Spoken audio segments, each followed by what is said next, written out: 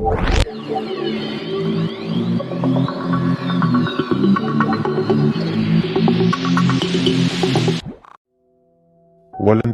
एक biographical film है जो Italian American actor Rudolph Valentino की छोटी लेकिन रंगीन जिंदगी की कहानी है।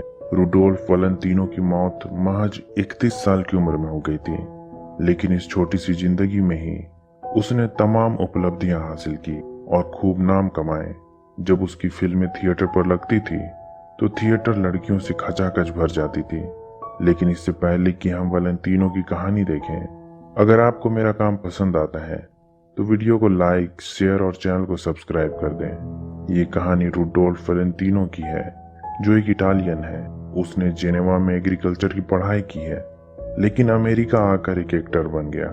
कम उम्र में ही उसने बड़ी उपलब्धि हासिल कर ली। फिल्म इंडस्ट्री में तो उसकी बात ही अलग थी। लड़कियां तो जैसे उसके लिए पागल हुआ करती थी। 1926 में जब उसकी मौत हुई तो उसके अंतिम दर्शन के लिए कई महिलाएं आई, जो उसकी कामयाबी के सफर में किसी न किसी पड़ाव की साथ ही रही थी। ये कहानी उन्हीं महिलाओं की जुबानी है जिन्होंने उसके जीवन की दास्तां अखबारों को सुनाई। वैलेंटिनो के एक एक्टर बनने के सफर में उसकी पहली साथी बियांका डेसेलूस है, जो एक रिपोर्टर को उसके जीवन की कहानी सुनाती है और फिल्म फ्लैशबैक में चली जाती है। 10 साल पहले वैलेंटिनो न्यूयॉर्क के एक होटल में डांसर हुआ करता था, जहां हाई सोसाइटी महिलाएं आया करती थी। महिलाओं की नजर हमेशा वैलेंटिनो पर ही टिकी रहती थी। असल में वो होटल में एक डांसर के अलावे जाना पहचाना जिगोलो भी था। हालांकि वैलेंटिनो ने कभी भी इस बात को एक्सेप्ट नहीं किया कि वो एक जिगोलो है। उसके हिसाब से तो वो एक प्रोफेशनल डांसर था। वो महिलाएं भी इस बात को नहीं मानती थी जिन्हें वो अपनी सर्विस देता था। इन महिलाओं के लिए तो वैलेंटिनो उनका लवर था। इन्हीं हाई क्लास लेडीज में एक लेडी बियांका भी थी, जो वैलेंटिनो से प्यार करती थी। एक दिन बियांका के पति ने होटल में उसे वैलेंटिनो के साथ देखा और उसके पति से वैलेंटिनो की बहस हो गई। कस्टमर से बहस करने के जुर्म में होटल के मैनेजर ने वैलेंटिनो को नौकरी से निकाल दिया, पर वैलेंटिनो इसका बदला लिए बिना बियांका के पति को नहीं छोड़ सकता था। आखिर में वो भी बियांका से प्यार करता था, इसलिए उसने बियांका के पति को एक प्रोस्टिट्यूट के साथ सोते हुए रंगे हाथों पकड़ा और उसकी तस्वीर अखबार में छपवा दी और उसकी पत्नी और बेटे के साथ भाग गया। वो उन्हें लेकर कैलिफोर्निया के अपने फार्म में जाना चाहता है, जहां वो संतरे की खेती करेगा। आखिर में उसके पास एग्रीकल्चर की डिग्री भी तो है, लेकिन बियांका के पति ने उसे पकड़ लिया और वैलेंटिनो को बुरी तरह पीटा। बाद में बियांका ने अपने पति को गोली मार दी। इस वजह से उसे जेल हो गई थी। इसके बाद पत्रकार की मुलाकात जून मैथीस नाम की लेडी से हुई, जो हॉलीवुड में एक स्क्रीन राइटर है। अब वो आगे की कहानी सुनाती है। बियांका वाली घटना के कुछ दिनों बाद वैलेंटिनो ने हॉलीवुड के एक बड़े और मशहूर बार में डांसर की नौकरी कर ली। वो शुरू से ही एक अच्छा डांसर था। इस बार में उसका पहला परफॉर्मेंस है, पर उसकी पार्टनर इतनी नशे में है कि ठीक से परफॉर्म नहीं कर पा रही है। तब एक मूवी एक्टर और कॉमेडियन जिसका नाम मिस्टर फैटी है, जिसके साथ ढेरों लड़कियां भी है, वैलेंटिनो के डांस का मजाक उड़ाने लगता है। तब वैलेंटिनो ने उन्हीं लड़कियों में से एक लड़की, जिसका नाम जीन एकर था और जो मिस्टर फैटी की गर्लफ्रेंड थी, उसे अपने साथ डांस के लिए अप्रोच करता है और एक बेहतरीन परफॉर्मेंस देता है। चारों तरफ तालियां बजने लगती है। यही पहली बार स्क्रीन राइटर जून मैथीस ने वैलेंटिनो को देखा था। वैलेंटिनो ने मिस्टर फैटी से उसके डांस पार्टनर का मजाक उड़ाने का बदला लिया और बियर का मग उसके ऊपर गिरा दिया। इसके बाद उसने मिस्टर फैटी के गर्लफ्रेंड जीन एकर को डेट किया, जो खुद एक एक्टर थी। जीन एकर की लग्जूरियस और ग्लैमरस लाइफ ने वैलेंटिनो को इतना प्रभावित किया कि उसने जीन एकर के साथ शुरू में कुछ लो बजट फिल्में भी की और कुछ ही दिनों में उसके साथ शादी कर ली। स्क्रीन राइटर जून मैथीस की नजर उस पर काफी समय से थी। उसने बड़े प्रोड्यूसर मिस्टर रिचर्ड को उसकी next film the 4 horseman of the apocalypse के लिए वैलेंटिनो का नाम रिकमेंड किया। हालांकि मिस्टर रिचर्ड वैलेंटिनो को अपनी फिल्म में नहीं लेना चाहता था, क्योंकि लोगों के बीच अब भी उसकी जिगोलो वाली छवि जीवंत थी। बड़ी फिल्म में उसे लेना एक बड़ा रिस्क हो सकता था। लेकिन यहाँ रशियन एक्टर नाजिमोवा और उसकी गर्लफ्रेंड नताशा रामबोवा भी है, जिन्हें भी वैलेंटिनो के डांस और परफॉर्मेंस पसंद आया। उन्हें वैलेंटिनो के एक्ट में कामुकता दिखती है। इसके बाद फिल्म में वैलेंटिनो को कास्ट कर लिया जाता है। जब 1921 में ये फिल्म रिलीज होती है तो बॉक्स ऑफिस पर तहलका मचा देती है। इस फिल्म के बाद वैलेंटिनो एक सुपरस्टार के रूप में स्टैब्लिश हो जाता है। प्रेजेंट टाइम में जब वैलेंटिनो की मौत हो चुकी है, उसके अंतिम दर्शन के लिए नाजिमोवा भी अपने तमाम लव लश्कर के साथ यहाँ आती है, पर उसकी डेड बॉडी देखकर बेहोश हो जाती है। लेकिन उसके इस एक्ट पर किसी पत्रकार ने तब ध्यान नहीं दिया। सभी बेध्यान बैठे थे, इसलिए तस्वीरें नहीं खींची जा सकी। तब वो पत्रकार के कहने पर फिर से वैलेंटिनो की डेड बॉडी देखकर बेहोश होने का एक्ट करती है। इस बार सभी फोटोग्राफर पहले से तैयार थे और सबने अच्छे से तस्वीरें खींची। इसके बाद एक्टर नाजिमोवा अपनी जुबानी उसकी कहानी आगे बतलाती है। नाजिमोवा ने उसके साथ एक रोमांटिक फिल्म कामिले बनाई थी, लेकिन इसके बाद वैलेंटिनो ने उसके साथ कभी काम नहीं किया, क्योंकि नाजिमोवा ने एक ईसाई धार्मिक चरित्र को फिल्म में होमोसेक्सुअल दिखलाया था, जो वैलेंटिनो को पसंद नहीं थी।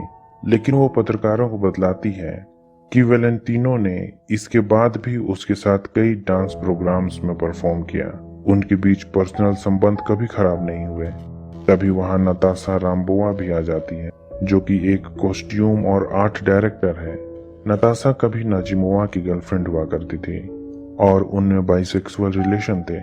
लेकिन द शेख नाम की फिल्म की शूटिंग के दौरान नताशा और वैलेंटिनो के बीच नजदीकी बढ़ने लगी। फिल्म में एक रेप सीन की रिहर्सल के दौरान उनमें काफी करीबी आ गई।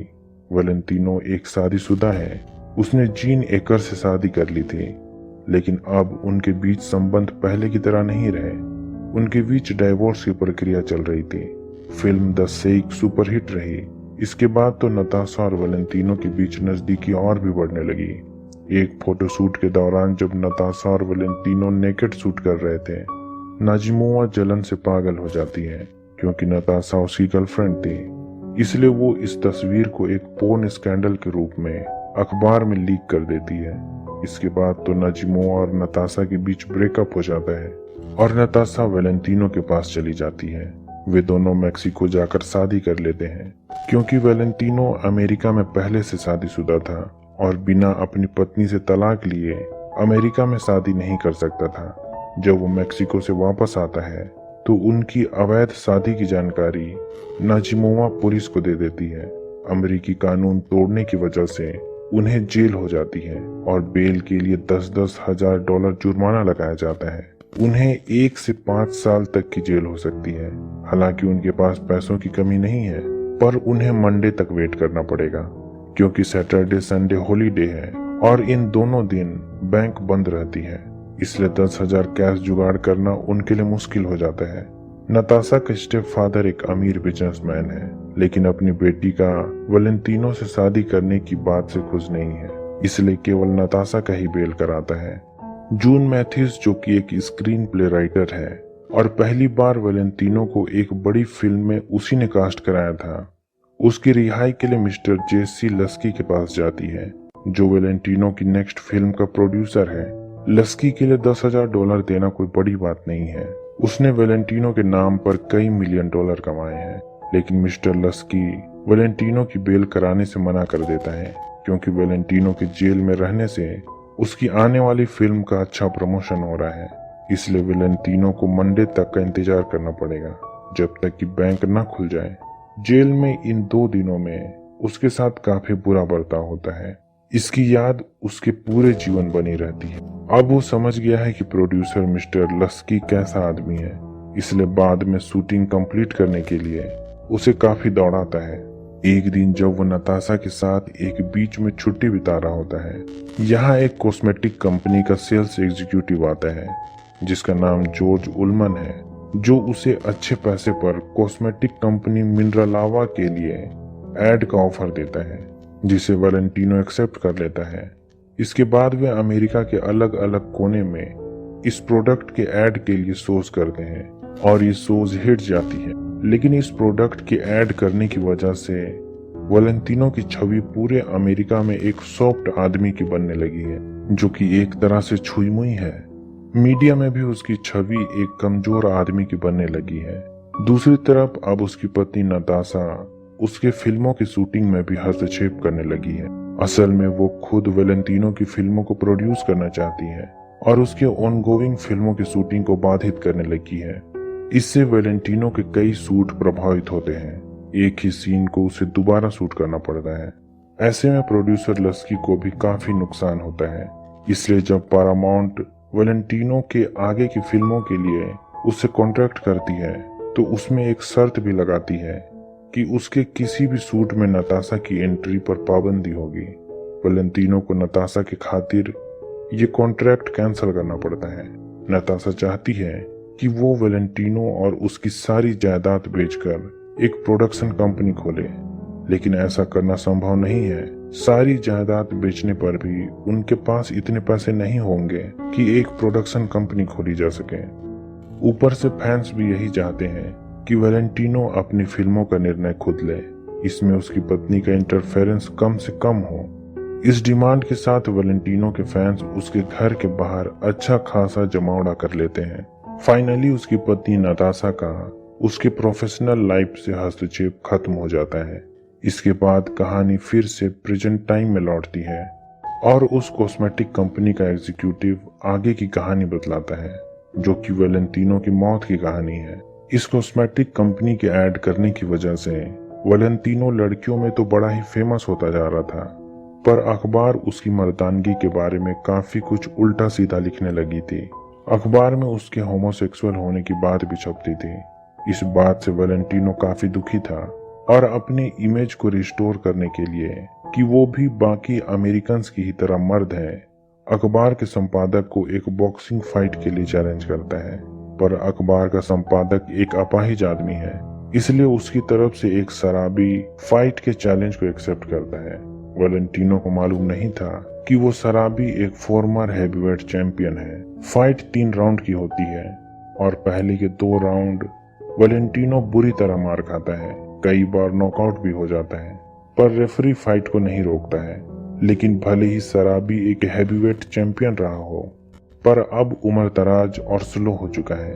ऊपर से वो मैच के दौरान भी नशे में है, इसलिए तीसरे राउंड में वेलेंटिनो को हल्के में लेने के चक्कर में वेलेंटिनो के कुछ हैवी पंच उस फॉर्मर हैवीवेट चैंपियन के थोबड़े पर पड़ जाती है और वो नॉकआउट हो जाता है। फॉर्मर हैवीवेट बॉक्सर के लिए ये एक शर्मिंदगी की बात है कि वो एक मूवी स्टार से हार गया, जिसे कि वो रिंग में एक नामर्द साबित करने के लिए उतरा था। इस फाइट के बाद वेलेंटिनो की मर्दानगी वाली छवि फिर से रिस्टोर हो जाती है, लेकिन बॉक्सर उसे आसानी से जीत कर जाने नहीं दे सकता है, इसलिए टकीला पीने के चैलेंज में ललकारता है। वेलेंटिनो के लीवर में अल्सर की समस्या थी। डॉक्टर ने उसे फाइट लड़ने के लिए भी मना किया था। इस फाइट में उसे कई बार लीवर पंच पड़े थे, जिसे वो किसी तरह झेल तो गया, लेकिन शराब पीने के चैलेंज को एक्सेप्ट करना, वो भी सिर्फ मर्दानगी साबित करने के लिए, उसके लिए ये एक पागलपन और आत्महत्या की तरह है। वेलेंटिनो इस चैलेंज को जीतने के लिए टकीला के कई शॉट लगाता है। आखिर में वो उस बॉक्सर को इस चैलेंज में भी हरा देता है, लेकिन जब घर जाता है तो लड़खड़ा कर गिर जाता है और उसके पेट में जबरदस्त दर्द उठता है। बॉक्सिंग के दौरान लगे चोट और शराब ने उसके अल्सर को जानलेवा बना दिया है। उसने अपनी आखिरी सांस उस संतरे को पकड़ने की कोशिश में छोड़ी, जिसकी खेती वो कैलिफोर्निया में करना चाहता था। वेलेंटिनो की मौत हो जाती है। इसी के साथ 20 के दशक के एक फेमस एक्टर रुडोल्फ वेलेंटिनो की कहानी हमेशा के लिए खत्म हो जाती है। उम्मीद करता हूँ कि ये कहानी आपको पसंद आई होगी। अगर ऐसा है तो वीडियो को लाइक, शेयर और चैनल को सब्सक्राइब कर दें। अभी तक बने रहने के लिए शुक्रिया।